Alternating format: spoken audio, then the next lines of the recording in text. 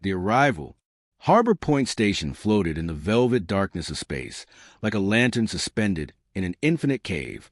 From a distance, it seemed almost fragile, an intricate lattice of rotating rings, spindly docking spires, and glittering traffic beacons, suspended like a jewel in the cosmic void.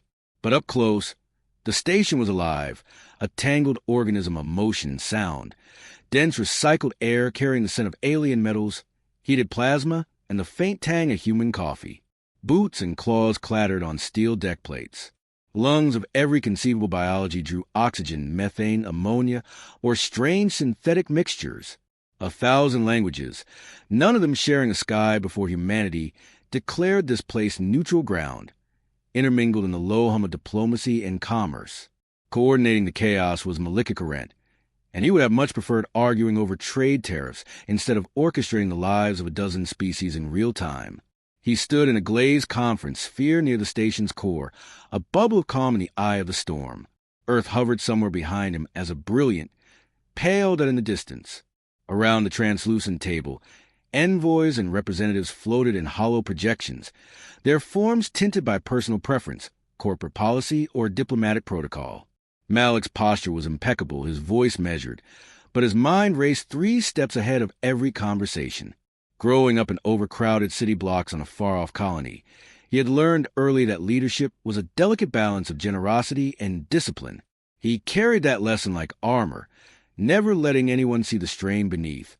At one side of the table, a Jovian refinery consortium subtly tried to smuggle punitive clauses into a fuel-sharing agreement. Across from them, a Marine colonel representing a frontier world half a system away pressed for heavier weapon allocations along disputed borders. Each request carried implications that could ripple through the cluster of nearby systems. Yet Malik's calm tone kept tempers in check. His side windows displayed real-time status updates from Harbor Point's control deck. Freighters, shuttles, and orbital tugs swirled around the station like controlled chaos. Some were piloted by trusted human operators, others by AI protocols he still didn't fully trust. Malik did not notice the first ripple of true danger. The first to detect it was Lieutenant Zuri Castellanos, overseeing traffic control, where all approach vectors and departure corridors converge into a complex, ever-shifting ballet. She traced the lumbering path of an ore hauler freighter when one of her consoles suddenly flared crimson. Alarms cut to the quiet hum of her station, overriding every other input. A massive shadow had appeared out of FDL transit, almost directly above Harbor Point. The ship's signature glared across every spectrum, a cold, uninvited light against the velvet black. No standard docking request. No identification handshake. Its weapons grid lay dormant, but only because it had not yet powered anything. For a moment, every computer aboard the station hesitated, unable to classify the anomaly. Then Ibis 3, Harbor Point's resident AI, spoke, calm and almost gentle, as if announcing a scheduled change rather than a threat. Unscheduled arrival. Kthari Continuum Hull Classification. Enforcer of Equilibrium. Zuri's throat went dry. That name was whispered in simulation files, memorized in worst-case scenario briefings, and feared across multiple human and allied colonies. The Kthari Continuum had perfected the art of subtle intimidation. Their dreadnoughts were rarely seen in person, but their visits always carried the same chilling lesson. Order was not negotiable. They did not negotiate. They reminded, and now one was here, within minutes of humanity's largest diplomatic hub. Every human on Harbor Point felt it, a subtle twitch in the neural implants linking them to station systems, an instinctive signal of danger. Doors cycled into security configurations. Hidden gun mounts along the station's exterior rose from smooth paneling, like metallic flowers unfurling in preparation. In the conference sphere, all of Malik's side windows went crimson. The Jovian representative's protest died midward as the air thickened with tension. "My apologies," Malik said, cutting off mid-sentence, voice calm but urgent. "We have an incoming situation. This session is suspended." He stepped back from the holographic table. The transparent walls of the sphere faded into stars, and he drew the station's data directly into his awareness. Information cascaded across his senses. The dreadnought's tonnage, exact trajectory, emerging gravity wells, and smaller freighters scrambling to clear its path. His own nervous system reacted instinctively. He tasted the metallic tang of adrenaline. "Patch me to traffic control," he commanded, "and to fleet liaison." The station obeyed, every system agear in a vast, living mechanism. By the time his image snapped onto Zuri's console, she had already cleared civilian corridors, rerouted 3 fragile freighters, and stabilized nearby cargo traffic. She was calm, but her hands trembled just enough for Malik to know the stakes. Across the station, Rohan Seagars, Harbor Point's Marine commander, activated alert protocols. His personnel balanced on the razor edge between visible readiness and provocation, knowing the wrong posture could spark conflict before anyone had a chance to communicate. The dreadnought made no hails, no greetings, only the slow, purposeful movement of a predator deciding its intentions in silence.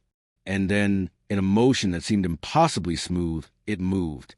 The shadow moves. The dreadnought's approach was unervingly deliberate. Its massive hull cut through space like a knife through mist, a glinting phantom that reflected the faint starlight of distant systems. Every sensor aboard Harbor Point quivered under its presence, the artificial intelligence struggling to classify subspace distortions, gravimetric anomalies, and energy readings that didn't match any known ship. The station's hull shuddered imperceptibly, a subtle vibration traveling through miles of interlinked metal and composite alloys, yet enough to send shivers through seasoned officers. Malik's view of the station core widened, every data stream feeding directly into his awareness. He could see civilian traffic rerouted with precise efficiency. Cargo shuttles shifted course to avoid potential gravity eddies. Docking clamps retracted. Hangar doors locked into reinforced positions. His connection to every substation, every auxiliary AI, and every automated turret allowed him to sense the station as if it were an extension of his own body. Zuri's console flashed continuously with alerts and recalculations. "Malik, it's adjusting trajectory. Slower than expected, but precise. Every vector correction aligns with optimal approach angles. No communication, no docking protocol, no weapons deployment yet." Her voice, though steady, carried the strain of knowing she was witnessing a situation she had trained for but never expected to see live. "Understood," Malik said. His mind raced through contingencies.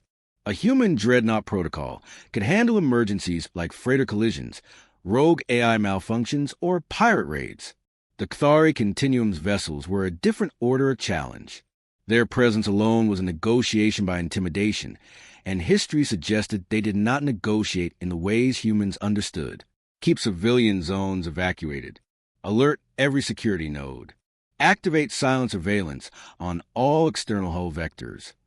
At the other end of the station, Rohan Seagars moved among the Marines. Every armor plate was inspected, every railgun mount checked, and every squad member calibrated precision readiness. He understood the message the dreadnought's arrival carried. One wrong move, one hint of aggression, and the diplomatic hub could become a battlefield before anyone had a chance to react. Yet, he could not wait idly. "Keep your eyes on all sectors," he told his team. "Watch for deviations, but maintain restraint. Make them see strength, not fear." The dreadnought's movements were subtle but undeniable. Gravity wells flickered as a massive ship manipulated the surrounding space, careful enough not to crush anything, yet enough to remind every human aboard that the Continuum controlled the battlefield before it even began. Smaller freighters trembled in their automated holding patterns. The AI systems of the station flagged over a dozen potential collision points, and everyone was automatically neutralized by automated propulsion adjustments. Malik studied the dreadnought's signature. Its design was familiar to those who had seen Continuum ships in simulations. Smooth, almost organic plating, energy conduits running along its surface like veins, and weapon pods that remained dormant but hinted at capabilities far beyond human engineering. Its sheer size dwarfed most battleships, yet its presence was more than physical. It was psychological. Every human implant, every neural link aboard Harbor Point, registered the danger as an immediate, pressing reality. "Lieutenant Castellanos," Malik said through the secure channel, "we need continuous scanning of subspace frequencies. I want to know if it's probing communications or testing station defenses." Zuri's hands dance across her console. I'm on it. But Malik, it's like it's reading us. Every adjustment, every scan, it anticipates encounters before we finish input. This is not standard continuum behavior for demonstrations. Something else is at play. Noted, Malik replied, forcing himself to remain calm. He could feel the sweat gathering at the back of his neck. His eyes flicked to the holographic table, where representatives of other species floated, watching the event unfold from suspended hollows. Some were frozen in shock, others recalculating political alliances mid-thought. The Jovians, whose earlier contract maneuvers had already tested Malik's patience, now seemed insignificant compared to the overwhelming presence of the dreadnought. Station security, Malik said, redirecting his awareness to the AI-controlled exterior turrets. All non-lethal options armed. Prepare for energy-dampening fields along potential entry points. Civilian harm is unacceptable, but containment is now priority one. Every system responded in kind. Turrets hummed as their energy banks charged to a fraction of lethal output. Gravity fields formed invisible barriers along approach vectors, and the station's outer hull adjusted nanomorph panels to redirect potential kinetic threats. Then, as if answering some silent command, the dreadnought altered its posture. Its forward hull rotated slowly, revealing faint luminescent markings that pulsed in patterns unreadable to any human system. A ripple of awareness ran through the station's AI, interpreted as a message without words, an unmistakable sign that the Continuum's observers were evaluating human response in real time. Malik's jaw tightened. "They're gauging us," he said aloud, though only a few in the room could hear him. "And every move we make feeds their calculus. We have to show control, but without provocation." Zuri's eyes never left her displays. Incoming vector shift. Minor, but deliberate. They're testing response time. Malik exhaled, steadying himself. "Then we respond exactly as expected. Maintain station integrity. Keep civilian corridors clear. Engage defensive overlays without escalation." As the dreadnought's mass shadow moved closer to Harbor Point, it became clear to everyone aboard. This was more than a demonstration. Something larger was unfolding, and humanity's largest diplomatic node would be the first to learn what it meant to face the enforcer of equilibrium in the flesh. And then, just as suddenly as it began, the dreadnought paused, suspended in space like a predator deciding its next move, leaving the station and its crew to brace against the unknown storm waiting to break. Shadows of protocol. The dreadnought hung in space, a monument to both precision and menace. Its luminescent hull panels pulsed faintly, almost imperceptibly, as though it were breathing, assessing, and waiting. On board Harbor Point, every sensor, every neural link, every AI, and every human eye strained to interpret its intentions. The silence was heavier than any alarm, a tension that pressed against bones and implants alike. Malik stood in the center of the conference sphere, the stars outside reflecting in his eyes. His connection to the station's core systems allowed him to feel every tremor along the outer hull, every adjustment in artificial gravity, and every ripple of electromagnetic interference from the dreadnought. Yet despite all the data streaming into him, uncertainty gnawed at the edges of his confidence. The Kthari continuum was unpredictable in ways humanity had only encountered in simulations, and simulations had failed to capture the nuance of reality. "Lieutenant Castellanos," Malik said, his voice calm but firm, "give me a full vector map of its gravitational field adjustments. I need predictive overlays for every potential movement in the next 10 minutes. Zuri's fingers danced across her console. The display bloomed with color projections, each line representing a possible trajectory. "Malik, it's almost like it's avoiding certain zones. Not just civilian traffic. The freighters and the station's defensive arrays, they're all accounted for. It's moving but deliberately leaving areas intact, like it's playing with us." Malik's jaw tightened. "That is not an accident. The continuum doesn't waste energy on aesthetics. Every action has intent, and that intent is being calculated right now." He paused, glancing at the faint hollows of alien envoys hovering near the sphere's walls. They were frozen, silent witnesses, unable to intervene yet instinctively aware of the magnitude of what was unfolding. Rohan Seagars moved among his marines, issuing quiet orders. Every squad was on high alert, scanning every corridor, every docking bay, and every shadowed recess of the station. He understood the psychological weight of the dreadnought's presence. One misstep could trigger a cascade of panic, a civilian catastrophe, or worse, a premature engagement with a force designed to enforce obedience rather than negotiate. Then came the first subtle signal, a ripple across the communication spectrum. It was faint, almost imperceptible to the standard sensors, but Zuri caught it. Malik, subspace modulation. Not a message, exactly, but probing. It's testing our network, seeing if we react. Malik nodded. A test of readiness. Do not engage. Let them probe, let them measure. Maintain internal protocols. Prepare countermeasures, but do not reveal our full hand. His mind raced through contingencies.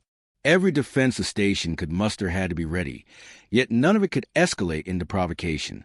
Diplomacy in the shadow of a dreadnought was as much about restraint as it was about strategy. Outside, the dreadnought adjusted its orientation. Its forward hull rotated slightly, and its gravity wells shifted minutely. A faint shimmer appeared along the edge of the hull, a spatial distortion that suggested energy fields beyond human understanding. Freighters near the outer ring were forced to adjust, guided by automated systems. Even as these minor adjustments played out, the dreadnought made no move toward aggression. Yet the threat was palpable. Every neural implant aboard the station, every AI protocol, every trained instinct screamed caution. The humans, the aliens, the envoys, all felt the pressure of a power that could unmake the station if provoked. Malik spoke again, voice steady. Zuri, maintain continuous monitoring. I want early warning of any power fluctuation beyond standard operation. Rohan, keep Marines in visible readiness, but hold from any aggressive posture. This is a demonstration of intent, not an attack for now. Zuri's hands flew over her controls. Understood. Energy fluxes, gravitic anomalies, communication signatures, they're all being tracked. The dreadnought isn't hiding. It wants to be seen. Every panel, every sensor, every system is being observed. This is a show of power. In the conference sphere, Malik allowed himself a moment of quiet analysis. Every diplomatic representative in the room was watching, waiting for him to react, to speak, to show the station's posture.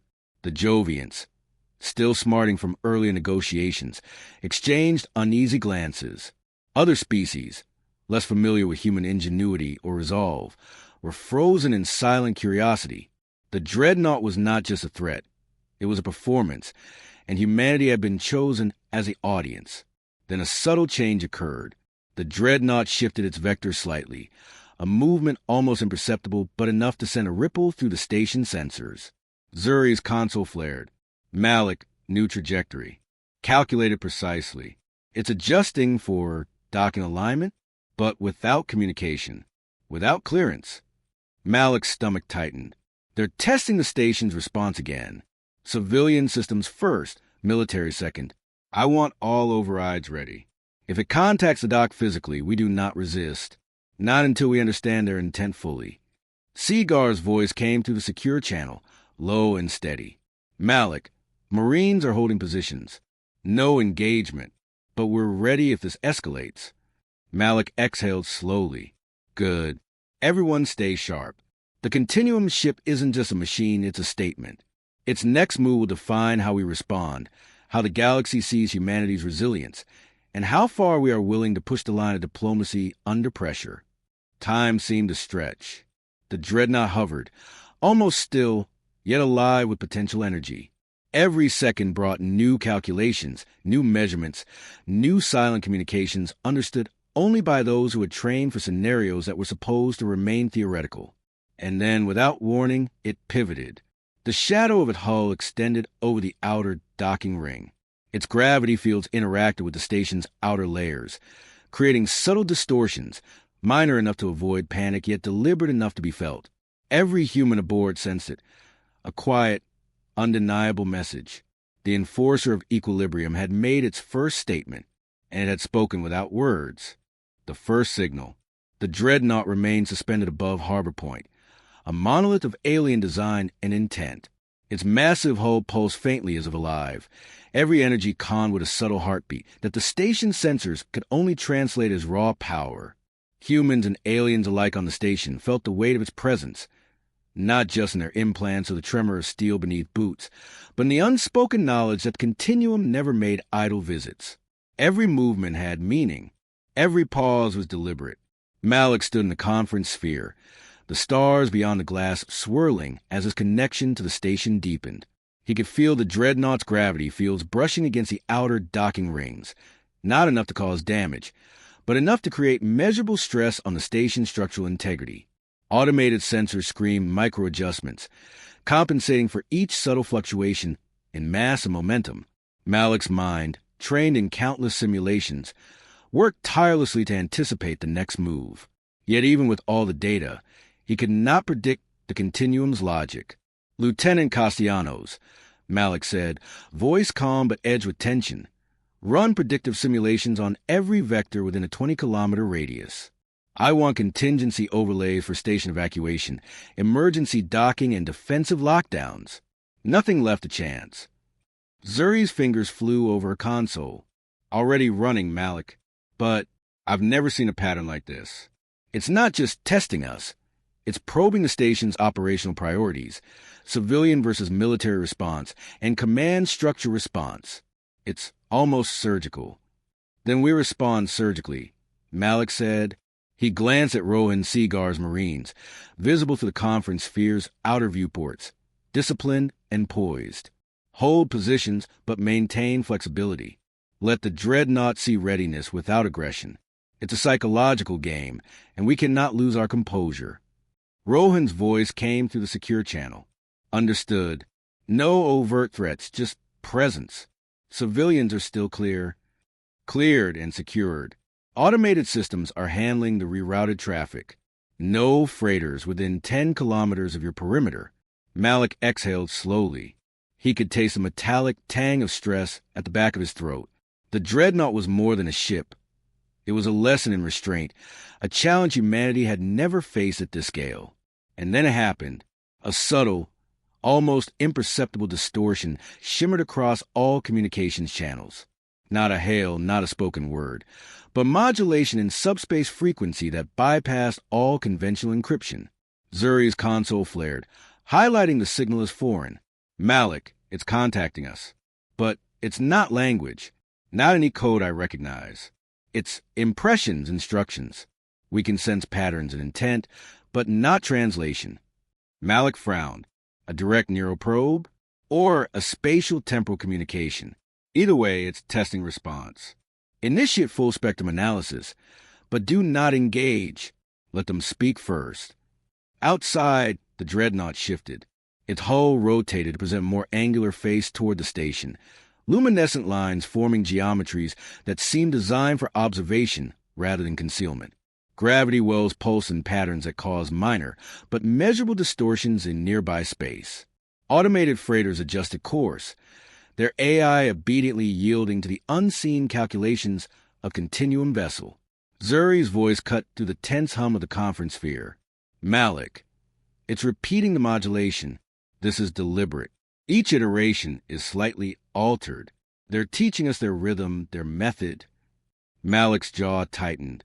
"Then we learn without revealing our own. Prepare internal translation protocols. Record every fluctuation, every phase shift, every unintended resonance. We may not understand them yet, but we can anticipate their logic." For a moment, the station seemed to breathe as one entity. Turrets hummed at partial charge. Gravity fields adjusted. Power relays balanced the strain on outer hull panels, and every system aligned in quiet coordination. The dreadnought's presence had imposed order across Harbor Point, and Malik understood the magnitude of what was occurring. The continuum had arrived not merely to test strength, but to assert control over the very way humans thought, reacted, and coordinated. Then, a second signal arrived. Unlike the first, this one was unmistakable, a pattern repeated in intervals across multiple channels, including subspace, electromagnetic, and even subtle gravimetric fluctuations. It was an instruction, a test, not verbal, not hostile, but a command without words. Malik leaned closer to his console, analyzing the overlay. They're telling us to move, not physically, but strategically. Every freighter, every turret, every defense matrix, they want to see our orchestration under stress. Rowan's voice came steady but low. I'm keeping Marines in place, Malik. We're ready for anything, but maintaining composure. They need to see order. Malik exhaled. Exactly. Order without provocation. Precision without panic. Let them evaluate us, but do not yield to fear. This is our first true demonstration, and how we respond will set the tone for everything that follows. Zuri's console blinked rapidly. They're analyzing the station's response time. Each movement we make, each adjustment, each command is recorded and incorporated into their next signal. Malik, it's adaptive, faster than any AI I've ever worked with. Malik's eyes narrowed. Then we must be faster, not reactionary, but predictive.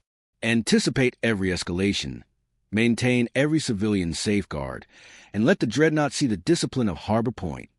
For hours, the Dreadnought hovered, a silent, pulsing sentinel. The station adapted, systems in perfect harmony, yet tension grew with every heartbeat. Civilians, hidden in secure quarters, felt only glimpses of the outside chaos. Lights shifting, minor tremors, and automated systems humming under strain. And slowly, imperceptibly, the Dreadnought signals began to form patterns recognizable to Malik and his team. They were no longer just tests.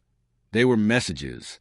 The first conversation had begun, and Harbor Point, with humanity's ingenuity and discipline, was ready to answer.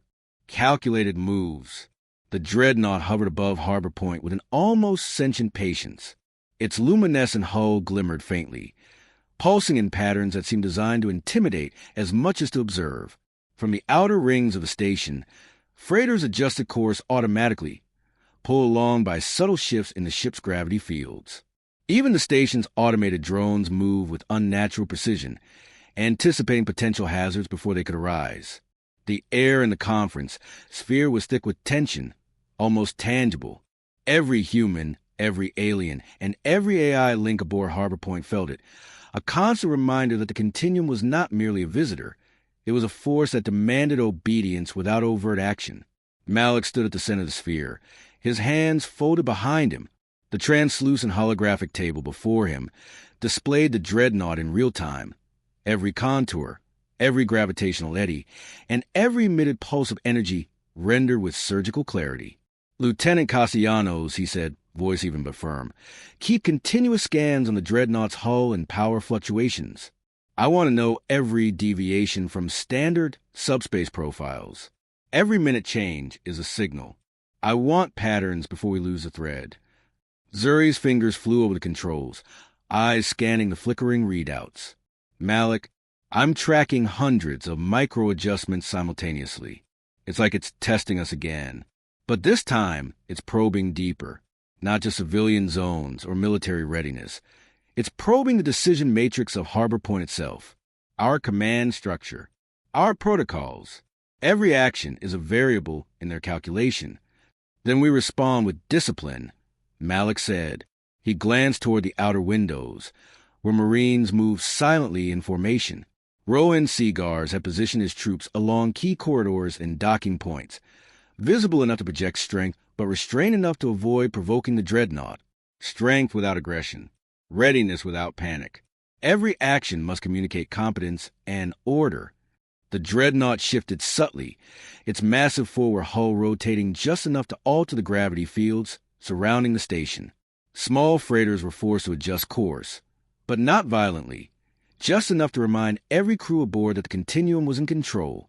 Automated turrets hummed, rising fractionally to partial alert, while defensive nanomorph panels along the station's hull subtly reconfigured to optimize coverage. Zuri's console blared. Malik, new signal. More pronounced than before. This isn't just observation, it's testing. Every command we issue, every reroute, and every security adjustment is being fed into a computational framework I can't fully parse. They're building a model of Harbor Point in real time. Malik's jaw tightened. Then we must be deliberate, not reactive. Every move must serve multiple purposes: safety, order, and intelligence. Rohan, Keep the Marines poised for containment, but do not engage. Let them see restraint. Let them see control. The dreadnought made a subtle, almost imperceptible move. Its gravitational influence shifted, causing minor but noticeable distortions across the outer docking rings. Freighters adjusted automatically, cargo suspended in zero gravity, engines humming as subspace compensators kicked in. It was a statement. The dreadnought could crush the station if it chose, yet it did not. Every decision, every pause carried intent. Then the first overt interaction occurred. Across the station's communication spectrum, the modulation repeated with more frequency and intensity, now incorporating physical resonance patterns detectable by neural implants. Humans felt it in their bones, a subtle vibration that was simultaneously a command and a warning. Zuri's eyes widened as she translated the signal into abstract patterns on her console. Malik, it's instructing us, not verbally, but kinetically. It wants adjustments in station orientation, turret angles, power distribution. Precise actions across multiple systems, all at once. Malik nodded, his calm exterior belying the tension coiling inside him. Then we comply meticulously. Every adjustment must be correct, but executed without panic. Let them evaluate us, but never let them see fear. Rohan's voice came over secure channel, low and measured. Malik, Marines are in position. Civilian zones remain secure. Automated defenses are synchronized to minimal disturbance levels, ready to respond if necessary. Malik exhaled slowly. Good. Every system must be predictable yet controlled. We are showing the continuum that Harbor Point operates at maximum efficiency under pressure. The dreadnought's luminescent hull pulsed in response. Subtle variations in brightness and frequency almost imperceptible, but enough to suggest acknowledgement. The station adapted, systems recalibrated, freighters rerouted, defenses optimized, and civilians remained oblivious to the invisible tension pressing down upon them. Then, the dreadnought made a more deliberate shift. Its forward sensor swept the outer rings of the station, gravity fields tightening in a slow, deliberate motion that suggested preparation for potential contact. Freighters quivered as they were drawn slightly toward the station's docking bays, only to be nudged back by automated corrections. Every minor adjustment was precise, intentional, and impossible to misread. The continuum was testing humanity's discipline, coordination, and readiness. Malik allowed himself a moment to consider the broader implications. This encounter was not just a threat. It was a demonstration of the continuum's philosophy. They did not communicate with words. They measured compliance, adaptability, and order. Every human and alien aboard Harbor Point was part of a live experiment. Their reactions scrutinized in real time. "Lieutenant," Malik said, focusing on Zuri, "log everything. Every movement, every adjustment, every response. The drone is creating a model of Harbor Point. We must understand it better than it understands us. Prepare to simulate countermeasures, but do not deploy them unless absolutely necessary." Zuri's hands flew over controls. "Understood, Malik. Every system is being recorded, every fluctuation cataloged. But this is beyond anything I've ever encountered. Its speed, its subtlety, its intelligence, it's adaptive, alive in a way machines shouldn't be." Malik's jaw tightened, eyes narrowing as he focused on the massive vessel above. "Then we match it, not with fear, not with aggression, but with order, precision, and humanity's resilience. Every action must communicate competence. Every inaction must communicate patience. That is how we survive this test." Above them, the dreadnought pulsed once, then again, the luminescent signals reflecting off the station's outer hull. It was a silent acknowledgement of the human response, and a reminder that the true challenge was only beginning. Harbor Point had held its first line and executed its first dance of discipline and observation. Yet Malik knew deep down that the continuum had many more lessons to teach, and the station would need every ounce of human ingenuity, restraint, and courage to survive what was coming next. The first warning. Harbor Point had settled into a tense rhythm. The dreadnought hovered above the station, a looming presence that seemed to stretch across both space and time. Every system aboard the station responded to its silent commands. Freighters adjusted course, drones recalibrated, and automated turrets shifted ever so slightly. The station had become a living organism, its heartbeat synchronized with the massive continuum vessel above. Yet despite the appearance of control, every human aboard felt the weight of imminent danger. Malik stood in the conference sphere, arms folded, eyes scanning the holographic display of the dreadnought above. Its luminescent panels shimmered with subtle variations, pulses of light that seemed almost like a language, but one impossible for humans to decipher fully. Every pulse carried meaning, an unseen communication woven into the very fabric of its presence. "Lieutenant Castellanos," Malik said, voice steady, "focus on energy signatures. Track any fluctuations in hull integrity, power output, or propulsion adjustments. We need to know if they're preparing for something beyond observation." Zuri's fingers danced over a console, eyes darting across multiple overlays. "Malik, it's subtle, but there's definitely a shift. Energy patterns are changing, almost imperceptibly. Not enough for weapons, but enough to alter local gravitic fields. It's like a warning, a precursor to action." Malik's jaw tightened. "Then we prepare for escalation. Civilian zones remain secure. All cleared. Automated systems are maintaining safe distances. Turrets are at partial alert. Marines in position, no engagement." Zuri's voice carried a faint tremor of awareness that the situation could turn deadly without warning. Outside the station, the dreadnought made a deliberate move. Its forward sensors scanned the outer docking rings, sweeping through freighter paths and defense positions with unnerving precision. Gravity wells adjusted, creating small but noticeable deviations in trajectory. Automated freighters quivered under the subtle shifts, engines compensating instantly, guided by AI protocols that felt almost human in their speed and calculation. Rohan Seagar's voice came through the secure channel. "Malik, Marines are holding positions, ready for any breach or unexpected movement. Civilian areas remain clear." Malik nodded. "Good. We maintain discipline. We do not overreact.